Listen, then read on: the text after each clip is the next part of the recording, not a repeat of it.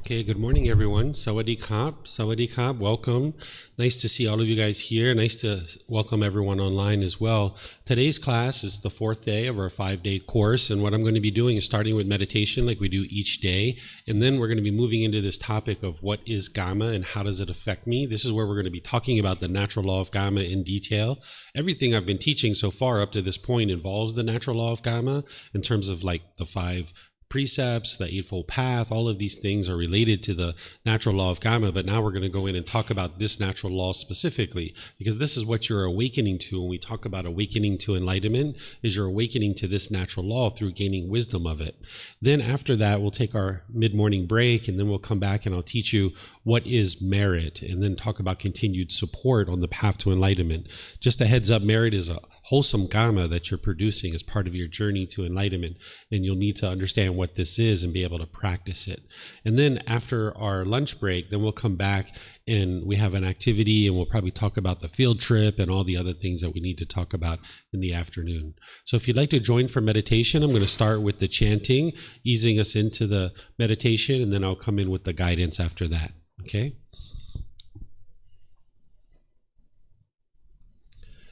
Arahang Samma Sambuddho Bhagava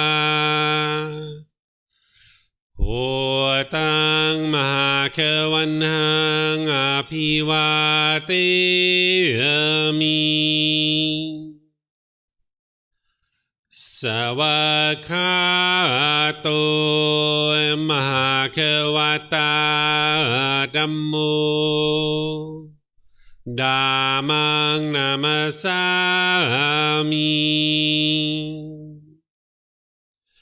Supatipano Bhagavato Sāvaka Saṅkho Saṅghang Namami Namo Tassa Bhagavato Arahato Samma Sambuddhassa Namo Tassa Bhagavato Arahato Samma Sambuddhassa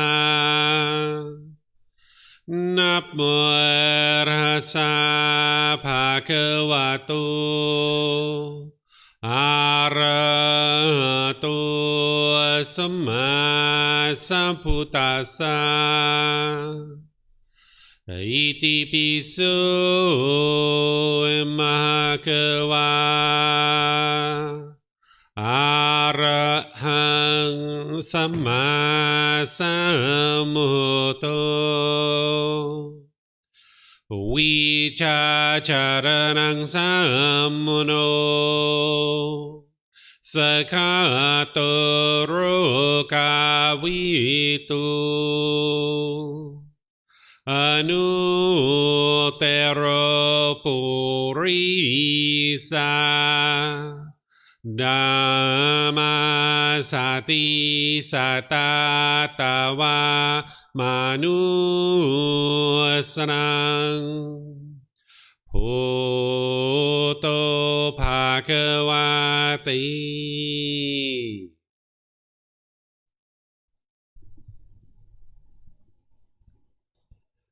Okay, with the lower body and hands and arms comfortable, and the upper body erect, just close the eyes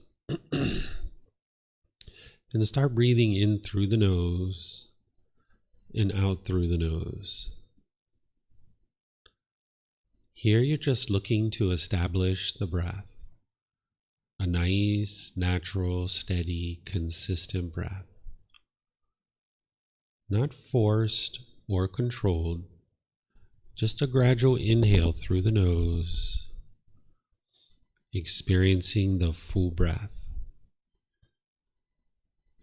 And then, whenever you're ready, exhale out through the nose. Breathing in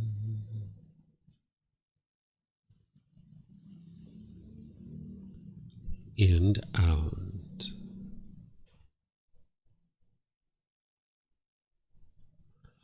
Breathing in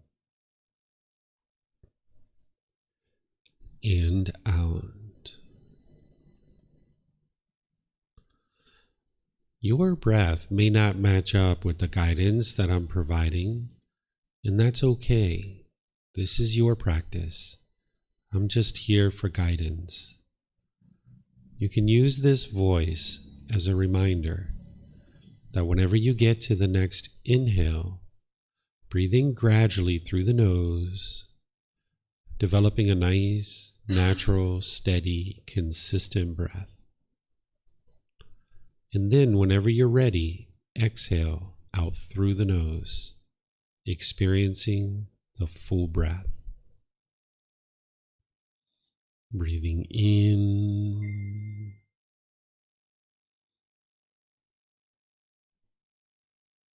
and out.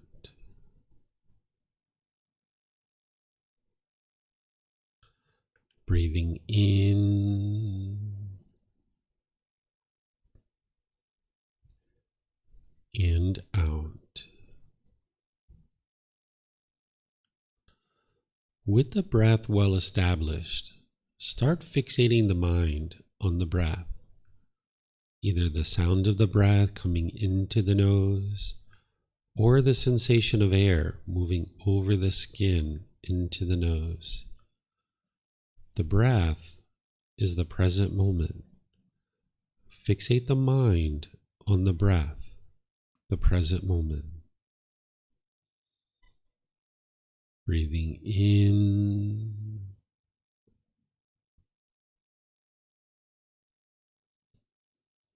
and out.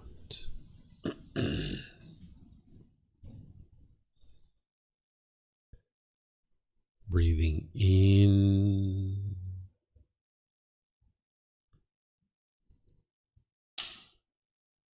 and out.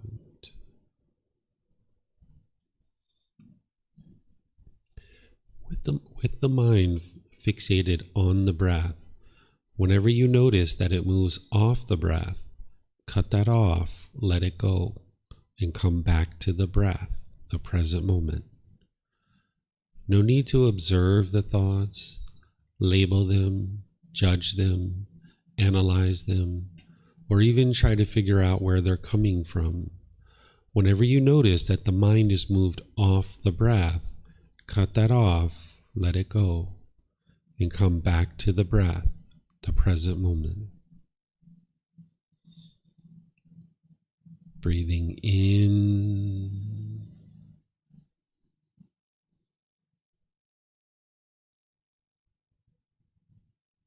and out.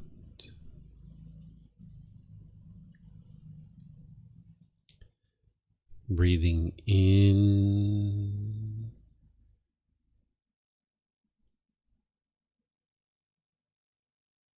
and out.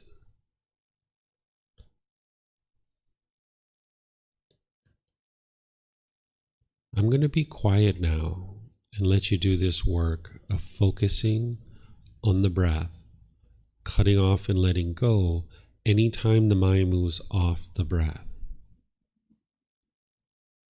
You have nowhere to go. There's nothing to do. No one needs you right now. This is your time to focus on the breath. Breathing in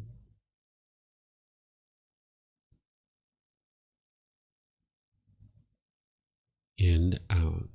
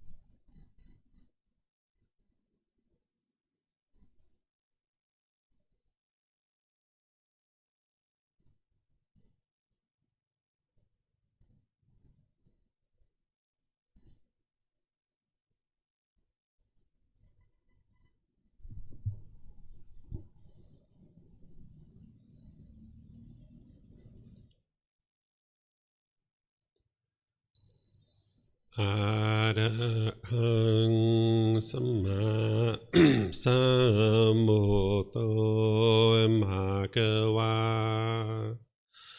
พุทธังภะคะวันตังอภิวาเทมิ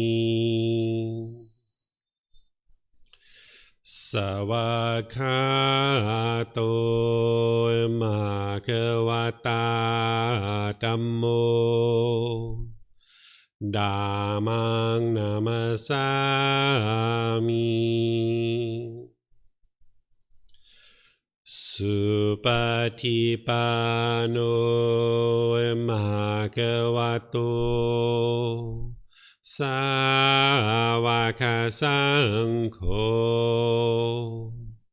สังฆังนามามินะโมตัสสะภะคะวะโตอะระหะโตสัมมาสัมพุทธัสสะนะโมตัสสะภะคะวะโตอะระหะโตสัมมาสัมพุทธัสสะนะโมตัสสะภะคะวะโตอะระหะโตสัมมาสัมพุทธัสสะอิติปิโสภะคะวะอะระหังสัมมาสัมพุทโธวิชาจารณังสัมมโนสักขาโตโรกาวิโต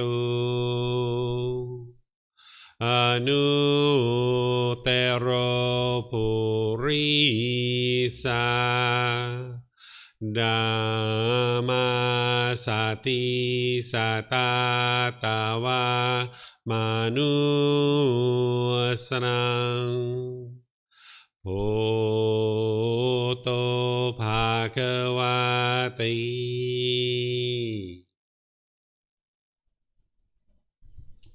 Okay, if you guys would like to slowly make your way out of meditation. Once again, welcome to everyone. Nice to see you all this morning. Our topic this morning is, what is Kamma and how does it affect me?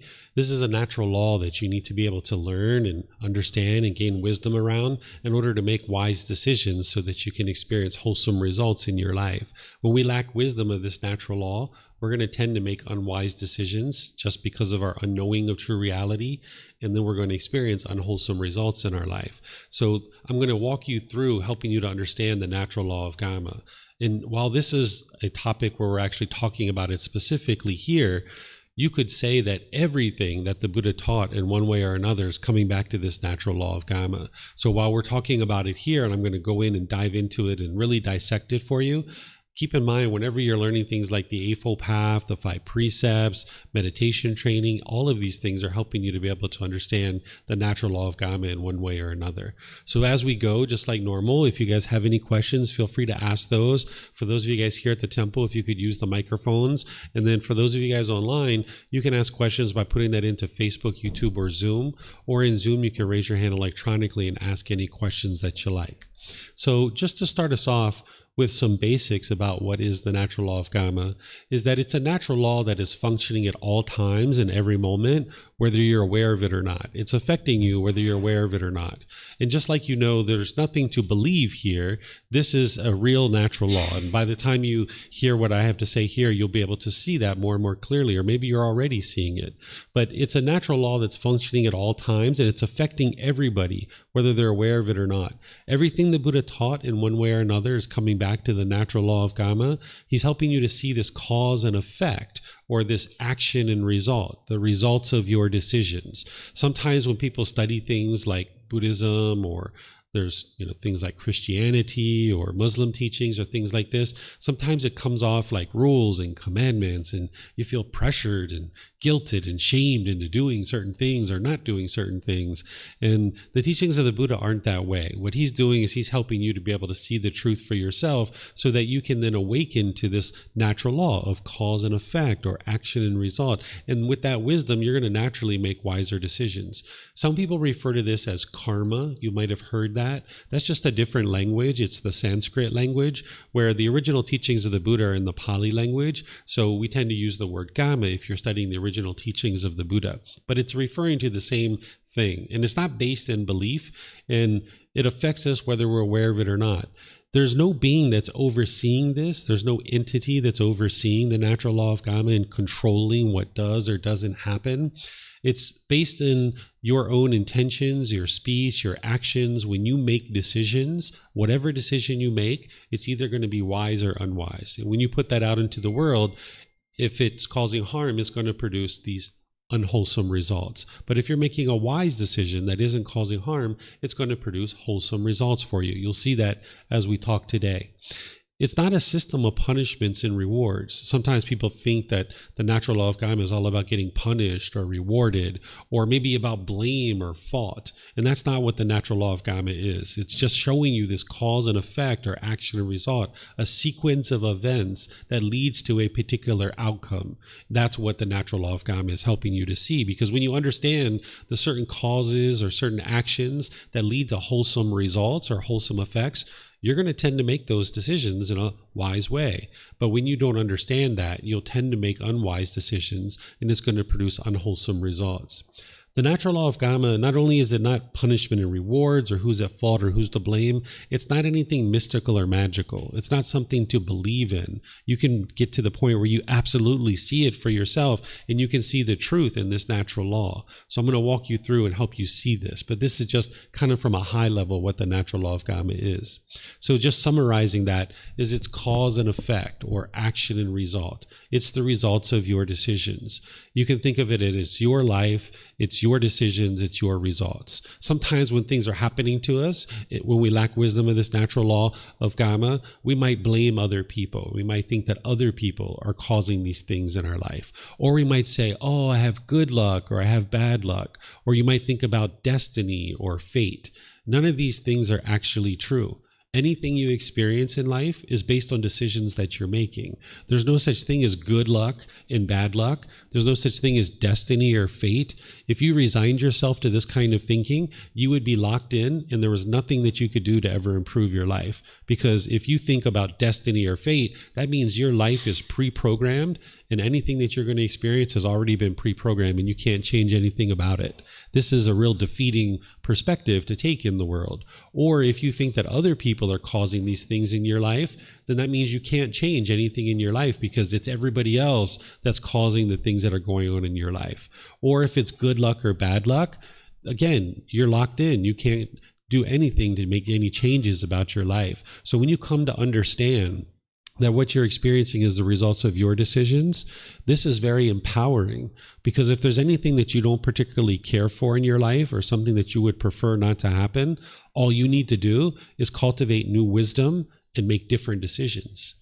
Because if there's something that's happening in your life and you're like, I don't really like this thing that's occurring, okay, well, cultivate some wisdom, make different decisions, and you will experience different results. But if it's destiny or fate, or good luck or bad luck, or if it's other people that are causing these things in your life, you can't do that. You can't make any changes in your life to experience different results. And this is a defeating perspective. This is like sabotaging your ability to make improvements in your life. So by taking on the understanding that everything you experience is coming from decisions that you're making, then all you need to do is cultivate wisdom, make different decisions, and you will experience different results. And this is how you can get to a peaceful, calm, serene, and content mind with joy that is enlightenment, because you have the full ability to make improvements and changes in your life.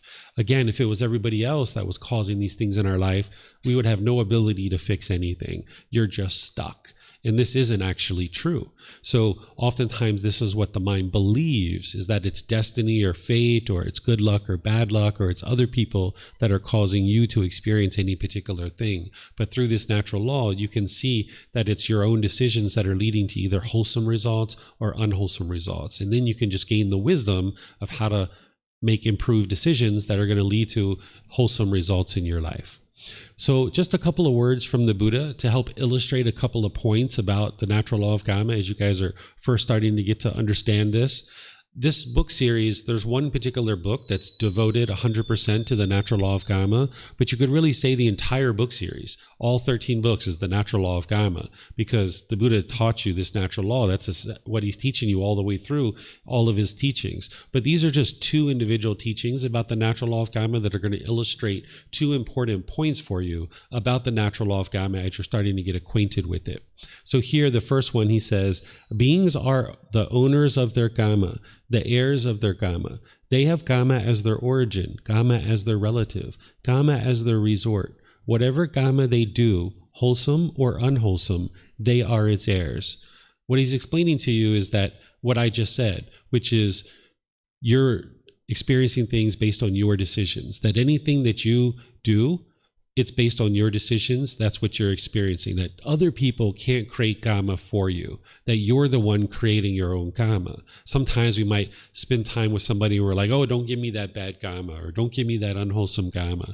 Nobody can give you unwholesome Kamma. Nobody can rub off their unwholesome Kamma on you, right? And just like they can't rub off their unwholesome Kamma, they can't rub off their wholesome Kamma on you either. So whatever thing that you decide, it's going to produce Kamma for you. It's not other people's decisions that are producing Kamma for you. It's your decisions that are producing that. So what the Buddha is explaining to you is it's you that's creating Kamma for yourself. It's not other people that are doing that. That's what he's explaining in this first one. The second one, he says, the results of Kamma, I say, is threefold: to be experienced in this very life, or in the next rebirth, or on some subsequent occasion. What he's essentially saying here is you can't run and hide. Whatever decisions you make, either wholesome or unwholesome, you're the one who's creating those. That's what the first one is saying. The second one is saying you're going to experience the results of your decisions, either in this life, a future life, or some life beyond that. Even the cycle of rebirth, you can actually independently verify. Just like everything else that the Buddha taught, you can independently verify his teachings.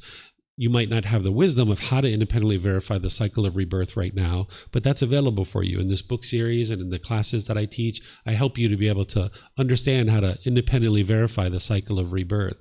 So if you make any wise or unwise decisions, you're going to experience those results, either in this life, the next life, or some future life beyond that.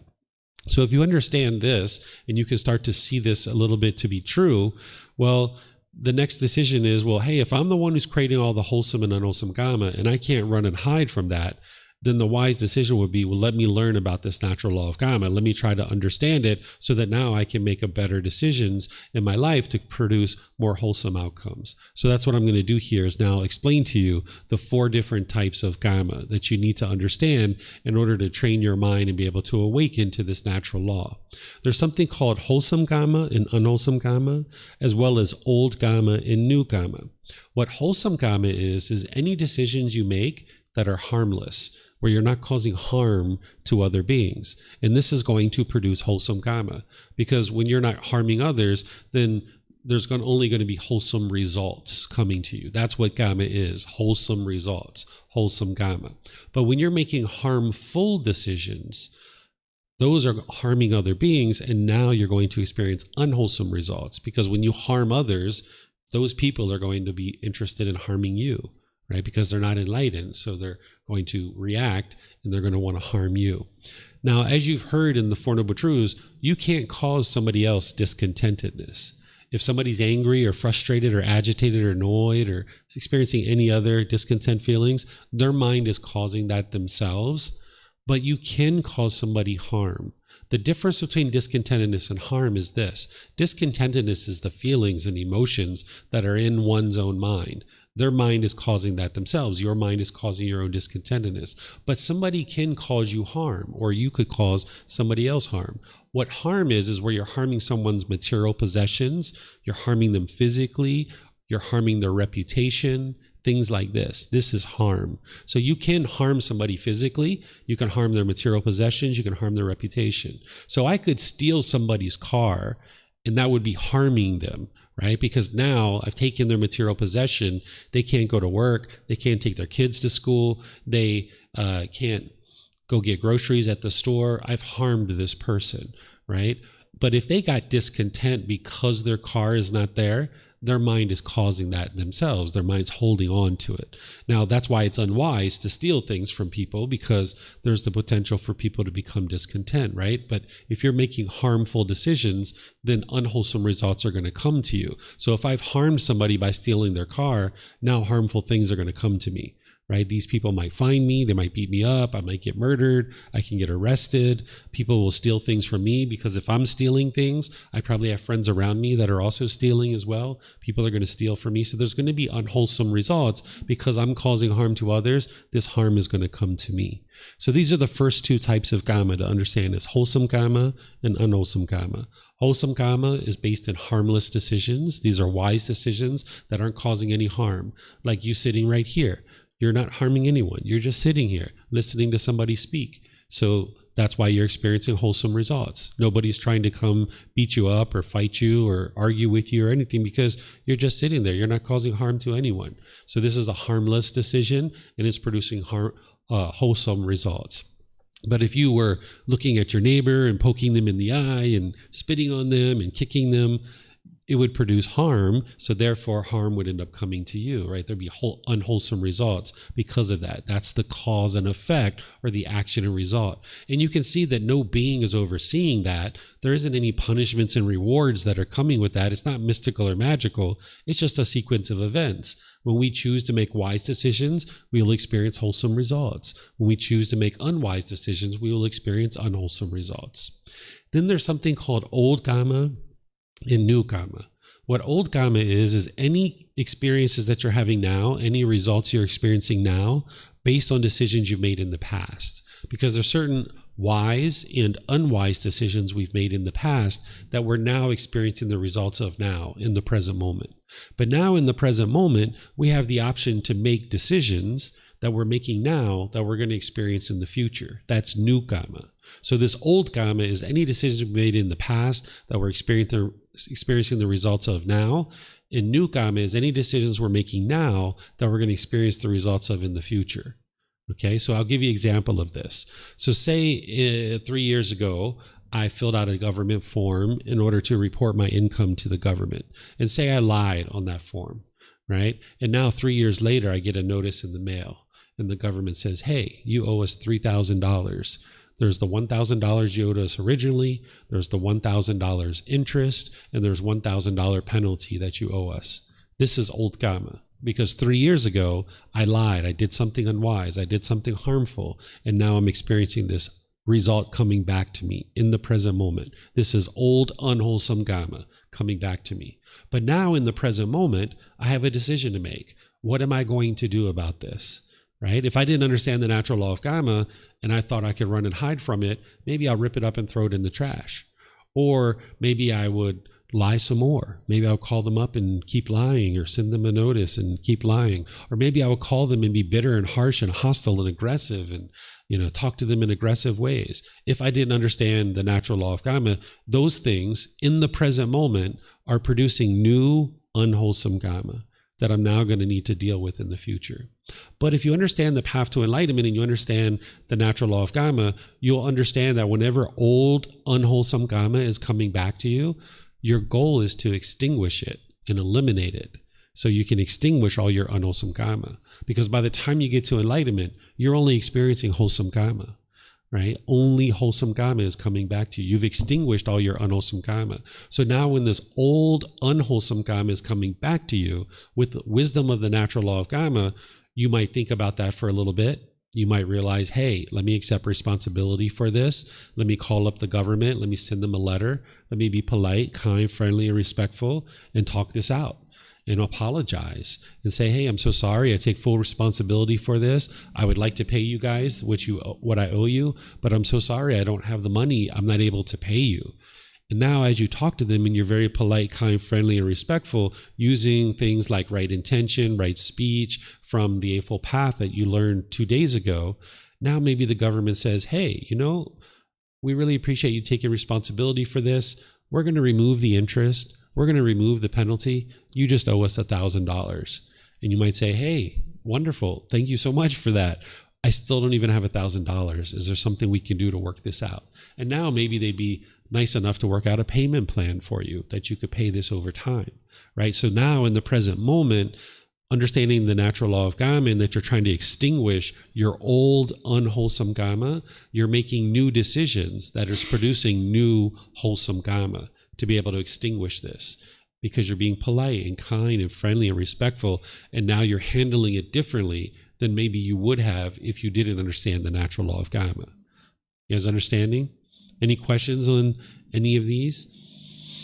On the wholesome Kamma and unwholesome Kamma, the old Kamma and new Kamma? You have a question? Yeah. I think we talked about before, but sometimes I realize that mosquitoes really like to attack me. So I have sometimes the feeling that they attack me more than other people. For example, right now also I have problems with mosquitoes, and asked Paul, he said he has not the problem so much with mosquitoes right now. So I wonder, is it old Kamma, or do I have different blood? Maybe they like this kind of blood. Or is it, what kind of old Kamma could it be if it's old Kamma? So you'll have to ask the mosquitoes if you have sweet blood or not.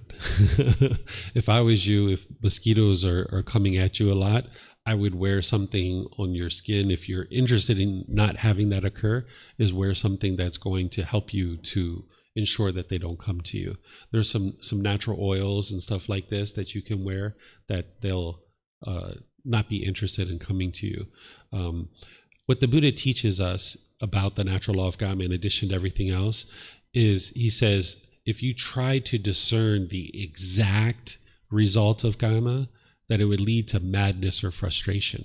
There's certain things that we can talk about in general, and you need to deeply understand the natural law of Kamma, but exactly, like, why is it exactly that mosquitoes come to you and are interested in biting you?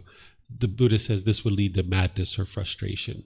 So while we can look at the natural law of Kamma, while we can understand it and we can make wise decisions that lead to certain outcomes, something like this, it would just lead to madness or frustration if you tried to figure that out.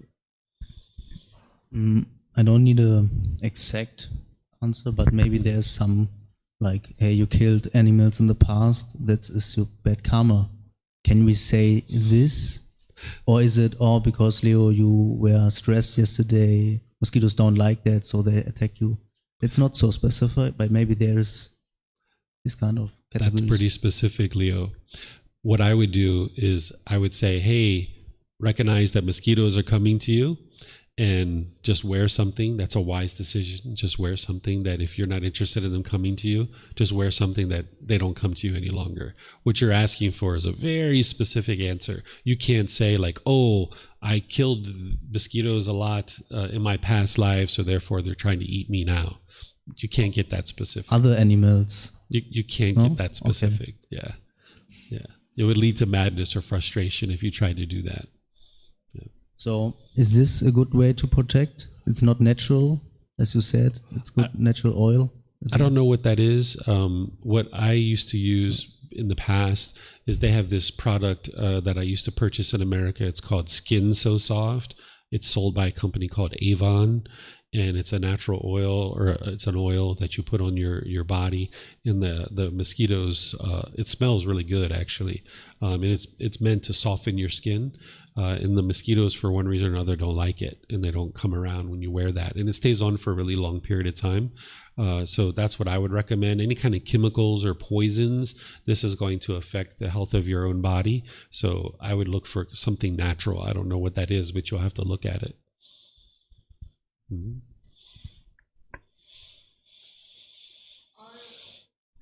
Wholesome and unwholesome also synonymous with wise and unwise, because for example, if I decide to watch TV instead of reading a book or studying, it doesn't really cause harm to anyone else, maybe myself, but it'd still be considered like unwholesome versus wholesome.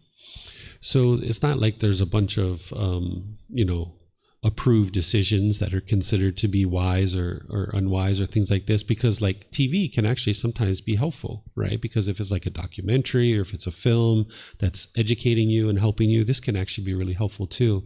So yes, the word wise tends to go along with wholesome, right? Because any kind of wise decision is going to experience a wholesome result. And then the word unwise would be associated with unwholesome because it's producing unwholesome results. And this would be unwise. It's kind of like if you were making unwise decisions, it's like going out on the beach and kicking up the sand and the wind keeps blowing the sand back in your face. And this is unwise. And ultimately you decide like, you know what, this is unwise for me. Let me stop doing this because I don't like sand in my face. So when you make wise decisions, you're like, oh, it's windy out. There's other people around. Let me not kick up the sand because it's just going to keep blowing back in my face. And now you're making a wise decision. So anytime you're making wise decisions, you'll experience wholesome results. And this is one of the beauties about the Natural Law of Kamma, is it's the most unbiased teacher you will ever find. That anything that's going on in your life, you can look at it and you can try to figure out, what are the decisions that I'm making that's leading to this particular thing? Like with mosquitoes, why are they biting you? Maybe your blood is sweeter. Maybe, maybe they are, interested in, something that's on this body. But as a wise decision, you understand, okay, let me, just put something on that they're not going to be as interested in this body anymore, right? And kind of repelling them away. So you can look at whatever you're experiencing in life and figure out what would be some wise decisions that I could make in order to produce wholesome results for myself. And that's where wise and unwise comes in. And that's why your ultimate goal in the path to enlightenment is to cultivate wisdom, to antidote that ignorance that we talked about, that unknowing of true reality. That's why you're cultivating wisdom and you're not interested in believing anything, because with belief, you don't know what's true or false. And you're looking to acquire wisdom because once you have wisdom, you'll make wise decisions that lead to wholesome results or wholesome Kamma. Mm-hmm. How do you make sure that like negative old karma from the past doesn't continue to affect you? For example, if you're like a prisoner, ex-prisoner who committed a crime, served your sentence, and are now free, how do you prevent that from just continuing to haunt you in the present moment? Yeah, so anything that you've done, either wise or unwise, you're going to experience the results of that. And then whenever any old unwholesome karma is coming back to you, you just need to extinguish it. So if I was a criminal in the past, I committed some grave acts and I went to prison, and now when I leave, I'm still going to be experiencing the results of those decisions where maybe I'm lacking education perhaps, or maybe I'm lacking income, maybe I'm lacking skills and abilities to have a job. Maybe it's difficult for me to secure housing and food and things like this. These are all the results of my decisions. And now I need to extinguish that. And the way that you extinguish it is you recognize, okay, maybe in this example, maybe I need to get education. Maybe I need to build relationships in the community so I can get a job. Maybe I need to improve my moral conduct so that people can see that I'm a good, wholesome person. I just made some mistakes in the past. So by you learning and practicing and developing the mind through the Eightfold Path to acquire wisdom, now with this wisdom, you can make wise decisions that build up your life and improve your life. So you will experience the results of whatever decisions you made, but you can cultivate wisdom, make wise decisions in the present moment, and this will extinguish your old unwholesome karma. And I'm going to give you examples of that from my life so you can see it. Any other questions? I saw you had the mic, but now you're getting a glass of water. Do you have a question before we move on?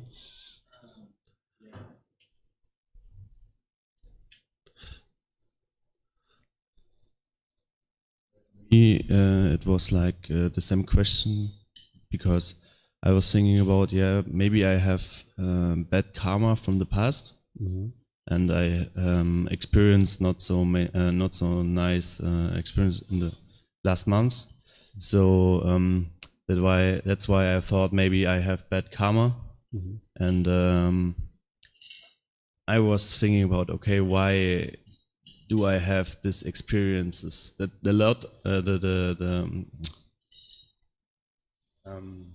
these amount of experiences, and at the last months. So that's why I wanted to ask you how I can find out why this amount of experiences I have now. Yeah.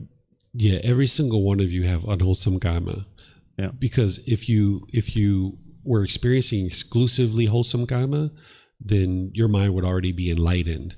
But the fact that you are experiencing unwholesome results in your life, that is unwholesome kamma. But I'm going to show you how that's being generated, and I'm going to show you how to extinguish it. Because ultimately, by getting to enlightenment, you will only experience wholesome kamma. So let me move into that and help you guys to understand. Let me show you in more detail how wholesome and unwholesome kamma are being generated. So these are the words of the Buddha. Remember yesterday we talked about the 3 poisons, or the 3 unwholesome roots, the 3 fires: craving, anger, and ignorance. This is how unwholesome kamma is being produced. Unwholesome kamma is from harmful decisions. And where those harmful decisions are coming from is your craving, anger, and ignorance. Whenever you're making decisions through the 3 unwholesome roots, it's going to produce unwholesome kamma. Because what craving is your own selfish desires, your longing, your yearning, wanting things to be a certain way. Whenever you're making decisions through your own selfish desires, it's going to produce unwholesome kamma for you, or unwholesome results. And then sometimes you're going to get what you want, and you're going to get pleasant feelings like happy, excited. Other times you're going to get painful feelings like anger. And then when your anger arises and you're bitter and harsh and hostile, and you become unskillful in your intentions, your speech, and your actions, when you're making decisions through anger, it's going to produce unwholesome results for you, or unwholesome kamma. And where all this is coming from is making decisions based in this ignorance, or this unknowing of true reality. When you're basing your decisions in this unknowing of true reality, where the mind lacks wisdom of the natural law of Kamma and all the other natural laws, you're going to naturally make unwise decisions that produce unwholesome results. So anytime the mind is making decisions through craving, which is your longing, yearning, your selfish desires, through your anger, which is your bitterness and hostility, aggression, or this ignorance or unknowing of true reality, you will experience unwholesome kamma, or unwholesome results. And that's why yesterday we talked about extinguishing these unwholesome qualities of the mind, or these pollutions of the mind. Because what you're doing to extinguish these is certain aspects of the path to enlightenment. You're training your mind to bring down your unwholesome kamma by bringing down your craving, anger, and ignorance. When you decrease and ultimately eliminate the craving, anger, and ignorance in your mind, you're going to make less and less unwise decisions. And what you're doing to accomplish that is to arise the wholesome roots. If you remember, we talked about the wholesome roots of generosity, loving kindness, and wisdom. Whenever you're making decisions through generosity, loving kindness, and wisdom, it's producing wholesome results, or wholesome kamma, because generosity is giving and sharing more than is strictly required in any given situation, such as your time, your effort, your energy, and your resources, without any expectation of anything in return. When you're practicing generosity, it's only producing wholesome results. When you're practicing loving kindness, which is a genuine interest in seeing all beings be well, active goodwill towards others. This is the exact opposite of anger and hatred. When you're practicing loving kindness, it's producing wholesome results for you. And then when you're practicing wisdom, which is basing your decisions in wise decision making, this is going to produce wholesome results for you. But see, when your mind's having craving, when you're angry, when you're having the ignorance or unknowing of true reality, you will react in certain situations. You will not think through your decisions, and you will just hurry up and make a really rushed and hurried decision. You're reacting to a certain situation, and you're usually functioning through craving, anger, and ignorance when you're doing that, and that's why it's producing unwholesome results. But when you take your time and you respond to a situation, you're thinking through your decisions, and you're trying to figure out what would be wisest. When you're practicing generosity, loving kindness, and wisdom, then you will see through responding to this situation, taking your time, now you can make a wise decision that's producing wholesome results. So what you're doing on the path to enlightenment is training your mind to not react out of craving, anger, and ignorance, but instead to respond through generosity, loving kindness, and wisdom, because that's what's going to produce the wholesome results for you. Would like to adjust this air conditioning. Okay, so these are the 3 wholesome roots. And whenever you're functioning through these, you're going to experience wholesome results. So you're gradually bringing down your craving, anger, and ignorance, and you're gradually increasing your generosity, loving kindness, and wisdom. And now through making more and more decisions through generosity, loving kindness, and wisdom, you will experience wholesome results. Okay, so now I'm going to explain to you how to extinguish and eliminate your unwholesome kamma, because that's what your goal is on the path, is that you would like to build up enough wisdom that as you're bringing down your craving, anger, and ignorance, you're bringing up your generosity, loving kindness, and wisdom, that you can now extinguish any unwholesome kamma that's coming back to you. So the way that you can think about it is that we've all been making unwise decisions in our past, because when we were born, we didn't have the wisdom of these natural laws. We're not preloaded with wisdom of the natural law of Kamma. So as we were growing up, and all through our life, we were making unwise decisions that was producing unwholesome kamma, and we just didn't realize it. It's kind of like if you had a garden hose and you were shoving mud into your garden hose. Right? We're constantly shoving mud into our garden hose. But now what we're choosing to do is say, hey, we don't like this anymore. We would like to do something different. So you're hooking your garden hose up to the faucet and you're turning on the clean water. Well, if you're coming to the temple, once every 6 months, if you're meditating once a week, once a month, you've got like a little drip going through this impacted garden hose that's full of mud. But if you open up that faucet really wide, you get lots of clean water coming through the garden hose. You're reading books, you're coming to courses and retreats, you're consulting with a teacher, you're meditating. You got a lot of clean water, a lot of wise decisions going into this garden hose. And now it's going to need to clean out this mud. So this garden hose is going to spit mud for a while, right? It's going to keep spitting mud. Even though you're putting clean water into it, it's going to spit mud. But as it's spitting mud, over time, you're going to start seeing some clear water come out. But then it's going to spit some more mud. And then it's going to have some clean water. But then it's going to spit some mud. But now clean water, clean water, clean water. Oh, here's some more mud. Clean water, clean water, clean water, clean water, clean water. Here's some more mud. But eventually you get enough clean water going through this garden hose, it's going to completely clean out, and all you've got coming out is clean water, because you've only been putting wise decisions into your life. So as you're awakening to the wisdom of these teachings, you're putting more and more wise decisions into your life, which is producing more and more wholesome results for you. And the way that you do this is through the Eightfold Path. The Eightfold Path is helping you to extinguish your unwholesome kamma.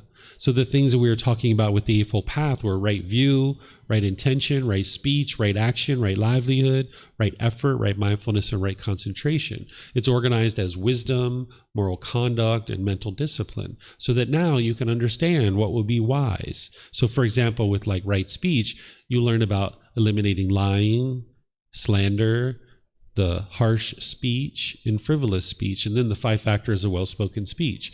Speaking at the right time, what you say is true, gentle, beneficial, and with a mind of loving kindness. So now you start realizing that this is the wise way to function because you've learned it. You start to reflect on it, independently verify it, and then you practice it. So now in all your relationships, you start practicing the 5 factors of well-spoken speech. All the while you're training your mind with the mental discipline. Because in relationships where you have craving, desire, attachment, you're going to find it hard to practice the 5 factors of well-spoken speech. Probably with your parents, your brothers, your sisters, your life partners. If you have children, you'll find it very challenging in these situations because you have attachment.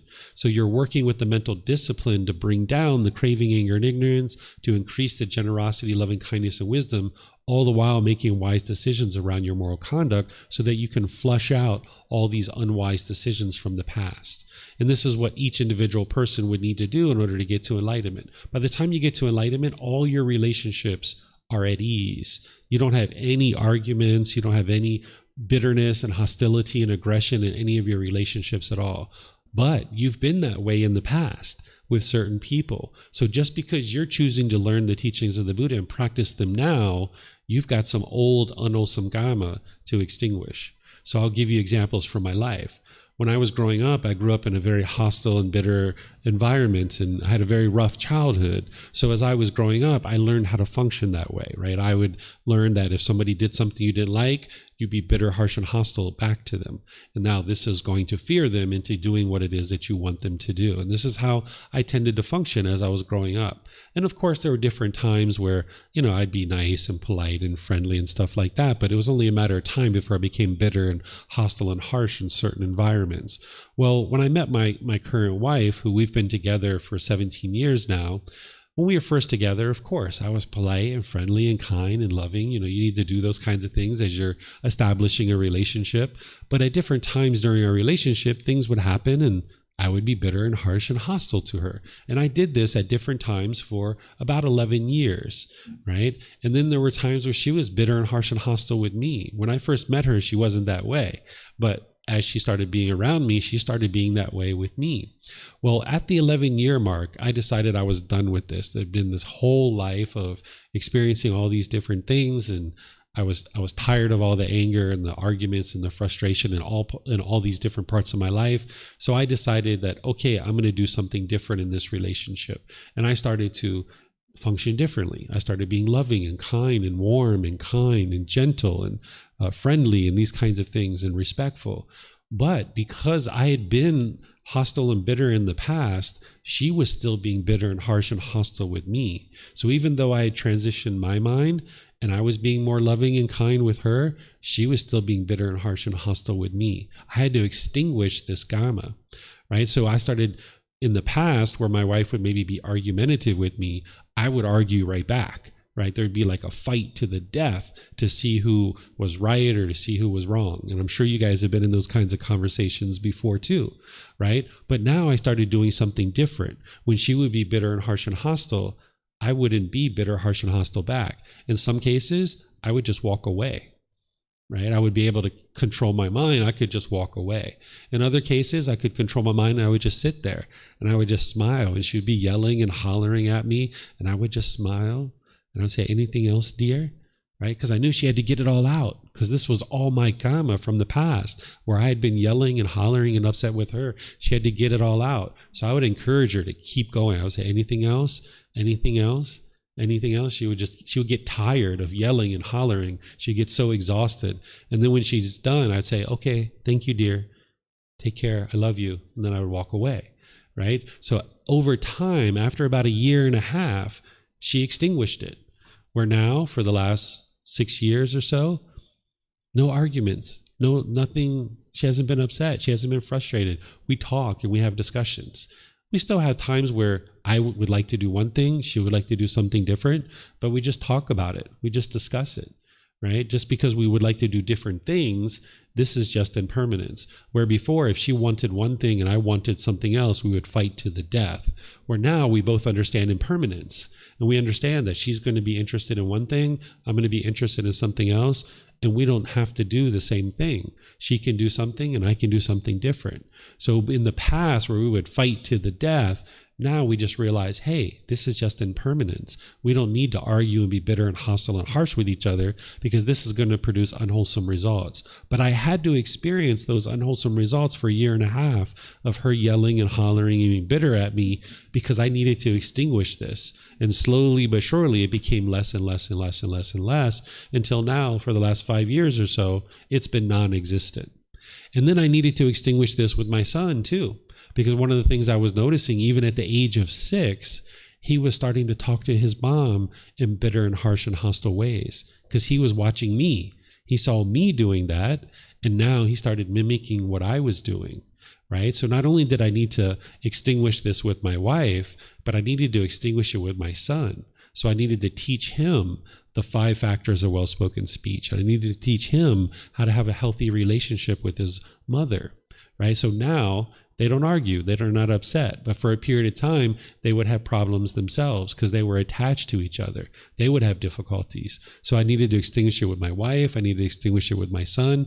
And now all our family, everywhere, whether it's my wife's family or my family or within our family, my wife and my son, there's no arguments. There's nobody upset or bitter and harsh and hostile with anybody. It's just completely calm and completely peaceful. Everybody gets along. There's never any arguments.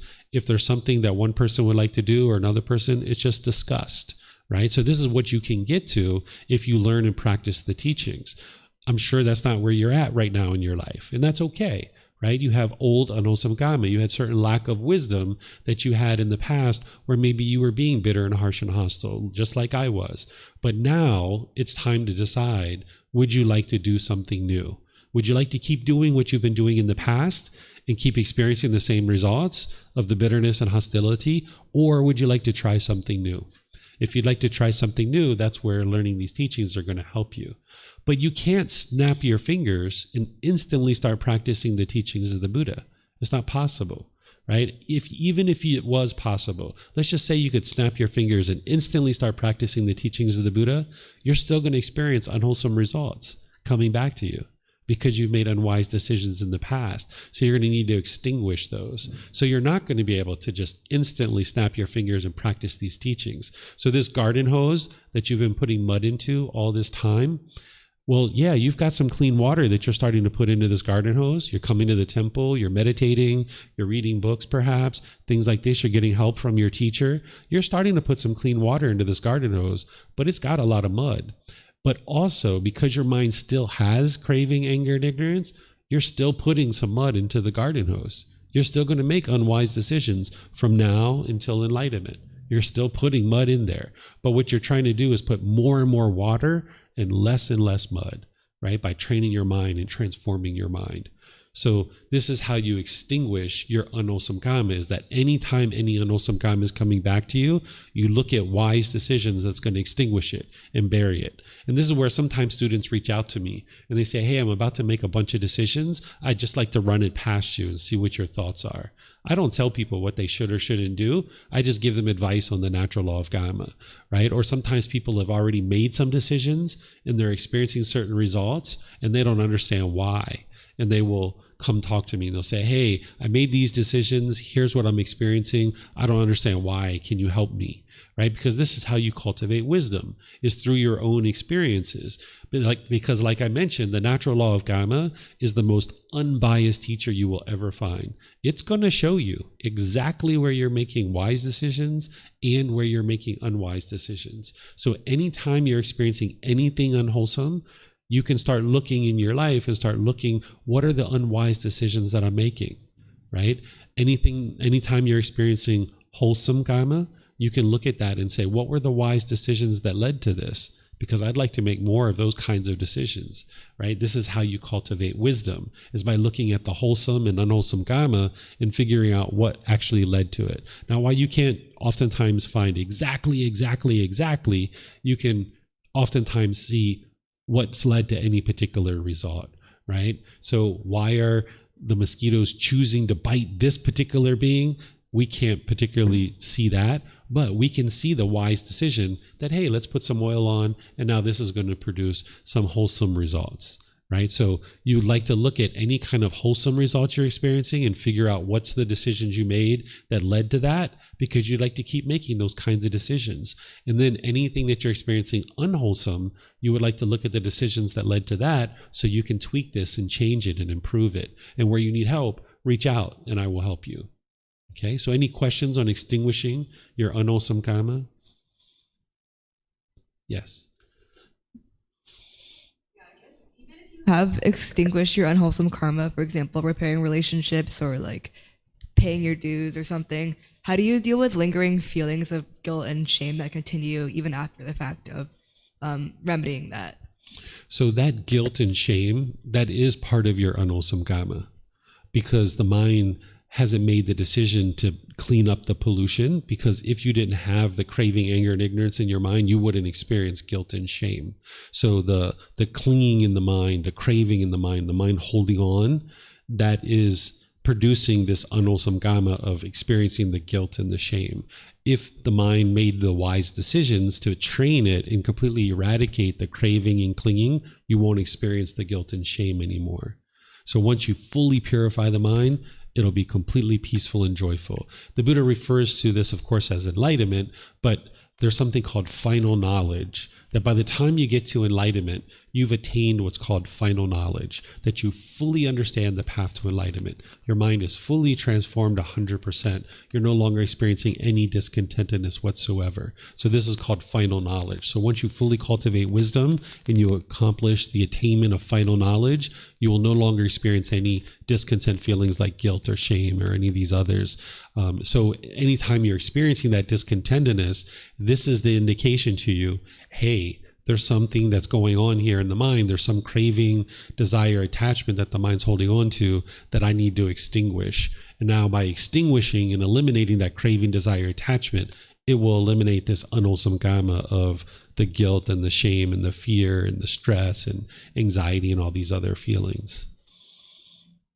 You have a question? I can't hear you. I can hear you, but not through the mic. Yeah. Okay. There you go. So I'd like to ask you about your opinion on, in Hinduism particularly, I've encountered some practices and some mantras that are, they say that those practices help to remove somehow negative karma. So that would be the first question. Then the second question is about grace. In Christianity, there's that concept of grace, that if you do something that is wrong and then you repent in your heart somehow, then it can be forgiven. And of course, it's a totally different system, but maybe there is some kind of parallel that we could draw here. Maybe there is also some, I mean, how can we help ourselves in this cleaning up of negative karma? Yeah. So the only way to clean up your unwholesome Kamma is to cultivate wisdom and make different decisions that produce different results. You can't chant anything or say a mantra that's going to cultivate wisdom and create different decisions in your life. This is one of those unknowing of true reality, one of the ignorances. The Buddha teaches this. You weren't here on Monday. We talked about the 10 fetters. But yesterday we talked about the ignorance or unknowing of true reality, where you can understand that the ultimate goal is to cultivate wisdom. And one of the delusions or confusions or misunderstandings that people have is that somehow it's rites, rituals, ceremonies, and worship that is going to produce some kind of beneficial result in your life. And this is one of the reasons why people keep experiencing unwholesome Kamma over and over and over again, because they're looking in the wrong place for the answers. That there's nothing that I can chant that is going to change my relationship with my wife, for example, right? There's nothing I can chant that's going to change my son learning how to now have wise decision making. Whereas I could be chanting all day long in the house and they're still going to argue, right? But if I teach them some wisdom and they train their mind, now they'll make different decisions, and now I can extinguish this unwholesome Kamma that came from me when I was making unwise decisions to be bitter and harsh and hostile in the home, right? So that's how I extinguished it, is through making wise decisions, not through chanting. And in the idea of, if you make an unwise decision and now you need to repent and you're going to be forgiven, this is the idea that there's a being that is overseeing all of this, and now you've harmed that being and they don't like you anymore, and now, or whatever people might say, and now you need to apologize or repent to that being, and then they're going to forgive you for what you did. This is unwise to think this way. There is a supreme being that is referred to as God. The Buddha talks about this being and teaches about this being, but the Buddha doesn't make God a central role in his teachings, because it's not God that controls what we experience in day-to-day life. It's our own decisions that dictate what we do or we don't experience. So there's no need to repent to God and ask God's favor or ask God to do anything specific for us, because God's not punishing us and rewarding us. If anything, it's our own decisions that are punishing us and rewarding us. So when we clean up our mind and we make and we cultivate wisdom and we make wiser decisions, that's what's going to produce results. If anything, you need to forgive yourself and realize, like, hey, I'm a work in progress. I'm not going to be perfect. I'm going to make mistakes. From this point until enlightenment, you're going to make mistakes. You're going to make missteps. And that's where the Buddha teaches you that when you make those mistakes, that come talk to your teacher. Because for us, like, I understand, because I made every single mistake you can imagine. Like in this book, the reason why the book's so thick is because I'm basing it on my own experiences of all the mistakes I made. That's how I learned the natural law of Kamma, is I saw all the things that I was doing that was producing these unwholesome results. So a teacher isn't judging you. They're not looking down on you. They know that you're challenged and you're needing wisdom. So you could come to me and tell me, hey, David, I murdered somebody yesterday and I need your help. I'm in jail. Will you help me? Sure. Where you at? I'll come see you. Right? Because I'm not judging you as good or bad. I have unconditional love for you. So no matter what you do, wise or unwise, I'm here to help you and support you. So if anything, an individual needs to just let go of the craving for perfection, realize that they're going to make mistakes, and now when there is a mistake, use it as an opportunity to cultivate wisdom. The way that I think about it is that there's no such thing as failure in life. There's no such thing, because if your ultimate goal is to cultivate wisdom, and that's what you're working towards, is to cultivate wisdom, and you realize you're a work in progress, any situation that you're experiencing where you've made mistakes, it's an opportunity for you to cultivate wisdom. And if you cultivate that wisdom, then you can overcome that in the future, and you won't make those same mistakes in the future, potentially. But if we make a mistake and we blame other people, or we think that God is the one who's controlling this, we don't get the opportunity to cultivate wisdom, make improved decisions, and experience improved results. So every situation, whether things are going wholesome or whether things are unwholesome, look at the decisions that led to that, and then it helps you to cultivate your wisdom so you can improve and become a better and better human being. You're welcome. Okay, so now what I'm going to share with you guys is something that people, let me check the internet. Let me just be sure. See if sometimes we have questions coming in on the internet.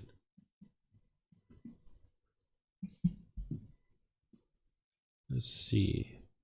Okay, I don't see any questions online. So sometimes people, when they hear about the natural law of Kamma and they hear me discussing this, they say, hold on, David, you said you can't run and hide from the natural law of Kamma, and whatever you do, you're going to experience either wholesome or unwholesome. But what about that person who their bloody footprint was found at the murder scene, the murder weapon was found tucked under their mattress in their bedroom, they had blood all over their car?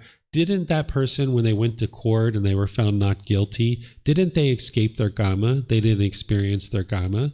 And the answer is no. This person hasn't escaped their Kamma. Oftentimes we look at the court system of a particular society and we think that that's the Kamma. And that is part of one's Kamma, but it's not your entire Kamma. So what I'm going to do here for you is help you understand that the laws of society are imperfect because they're created by human beings. And human beings are affected by craving, anger, and ignorance as long as their mind is unenlightened. So when people are creating laws, administering laws, and enforcing human laws, there's going to be mistakes. There's going to be errors. Although we should aspire to always create laws more equally and more fairly, and then enforce them more equally and more fairly, that it's impossible for them to always be 100% accurate because of the universal truth of impermanence. But an individual isn't running and hiding or escaping from their Kamma. So if we take this example of an individual who's truly murdered somebody, but they went to court and were found not guilty, right? Their bloody footprint was at the murder scene, the murder weapon was found tucked under their mattress, and all these other things. They might have went to court and found not guilty with the human laws because these are imperfect. But with the natural law of Kamma, they're still experiencing the results of their decisions. You just might not be there to see it, and you might not be looking at the right things to be able to know what they're actually experiencing. So someone in this type of situation, they're experiencing all of these kinds of things, which is their Kamma. They're going to experience a bad reputation in their community because the community is hearing this on the news about what's happened. So even though they went to court and they were found not guilty, people in the community are learning about this individual having murdered, and now they're going to experience a bad reputation. They can experience sickness or disease, certain physical and mental pain. You can experience a shorter lifespan. The reason why this is occurring is in order to murder somebody or murder a being, there's a certain amount of anger and ill will in the mind in order to do that. And when your mind is functioning that way, it's putting stress on the organs of the body. This is why if you're like really angry and bitter and harsh throughout your life, you will have a shorter lifespan because your heart's going to wear out sooner, your lungs, all your different organs and so forth, it's going to wear out quicker. So that's why you have a shorter lifespan. So someone who goes off and murders, they didn't just get found not guilty, and then all of a sudden they snap their fingers and they're this happy and joyful person, right? They still are dealing with that anger and hostility and bitterness that led to them murdering someone. They're still dealing with that in other parts of their life too. So it's putting this wear and tear on the body that shortens the lifespan. Then there's hostility, aggression, and fights that this person is experiencing in other relationships.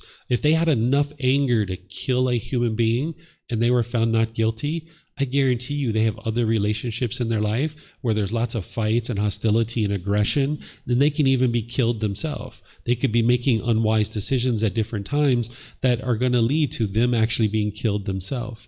And then because of their bad reputation, they can experience a loss of income and a loss of wealth where they have difficulties getting a job. And now going to court, having to pay lawyers, having to pay legal fees and court fees and all these other things, they're going to lead to a loss of income and a loss of wealth. They're also going to have difficulties in their relationships. If they had enough problems in a particular relationship that they were willing to kill a human being, they have other relationships where they're having all kinds of difficulties as well. They're going to have difficulty securing and progressing in their employment, right? People aren't going to necessarily be interested in hiring this person who was known in the community to have murdered someone, and then they went to court and they were found not guilty. People are going to understand that, hey, we're not so sure if we would like to have this person work at our company. So they might have difficulties in securing employment and advancing in their employment. They might have difficulty securing housing or acquiring the basic necessities to sustain life. This is all the results of their decisions. This is their karma. So they can't run and hide from it. They might have escaped going to jail for that particular offense because the human laws are imperfect, but they're still experiencing all of these kinds of things, including discontentedness. Oftentimes when somebody kills, they have guilt, they have shame or fear in their own mind because of having done this to somebody. Right? This is one of the reasons why when soldiers go off to battle, when they come home, they oftentimes commit suicide, right? Because they've gone off into battle, they have all this guilt and this shame and this fear in their mind, and they're having difficulties, and oftentimes they kill themselves, right? So a person who's gone off to murder, they might have been found not guilty in the court, but they're still dealing with this guilt and shame and fear constantly every single day. And then rebirth itself, being reborn into the world over and over and over again. If they haven't extinguished their craving, anger, and ignorance by the time they got to death, they will experience rebirth.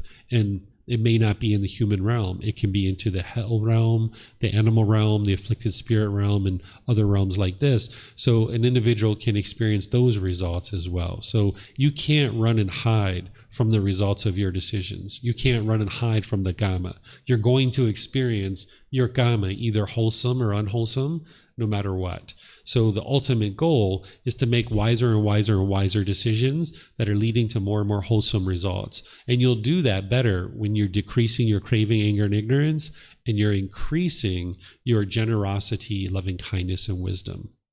So any questions here? Yes, ma'am.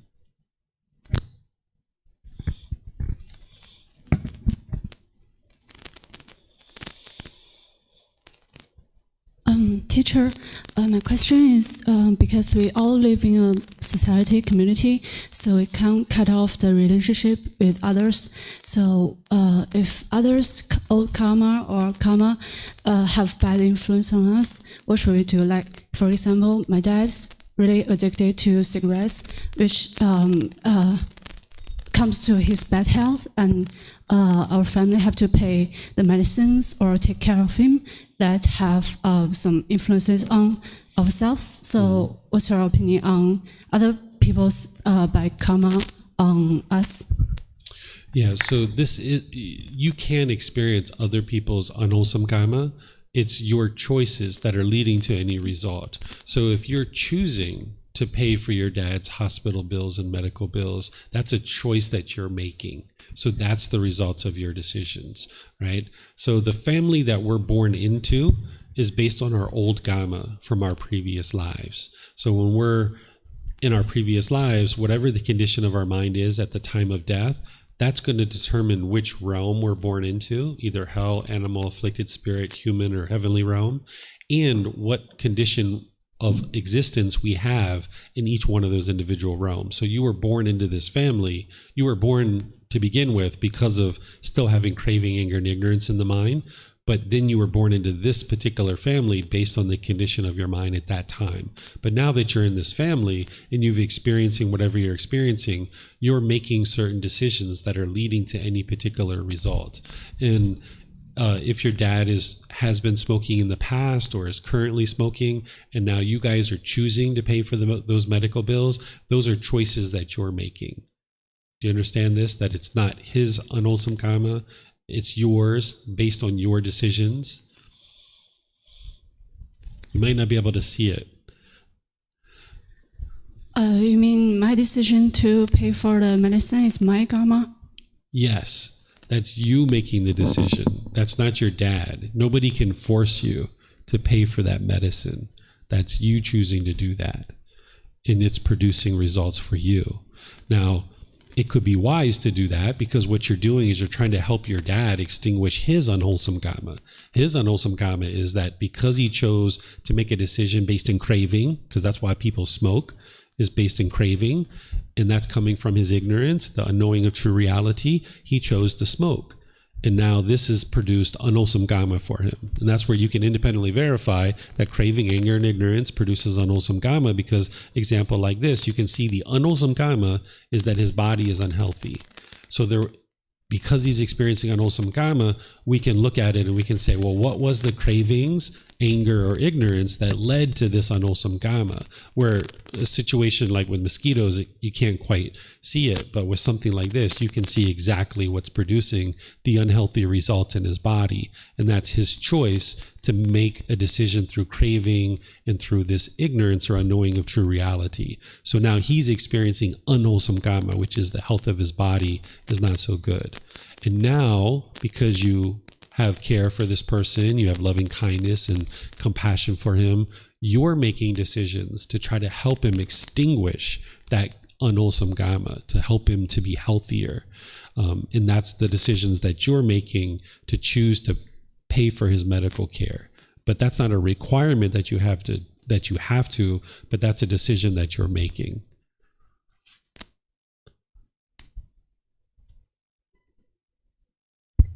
Okay, kind of get it. Thank you. Yeah, so this is where you are needing to decide for yourself what would be wise or unwise in the situation. By the way, is he still smoking? Yes. He's still smoking. Yeah, that's unfortunate.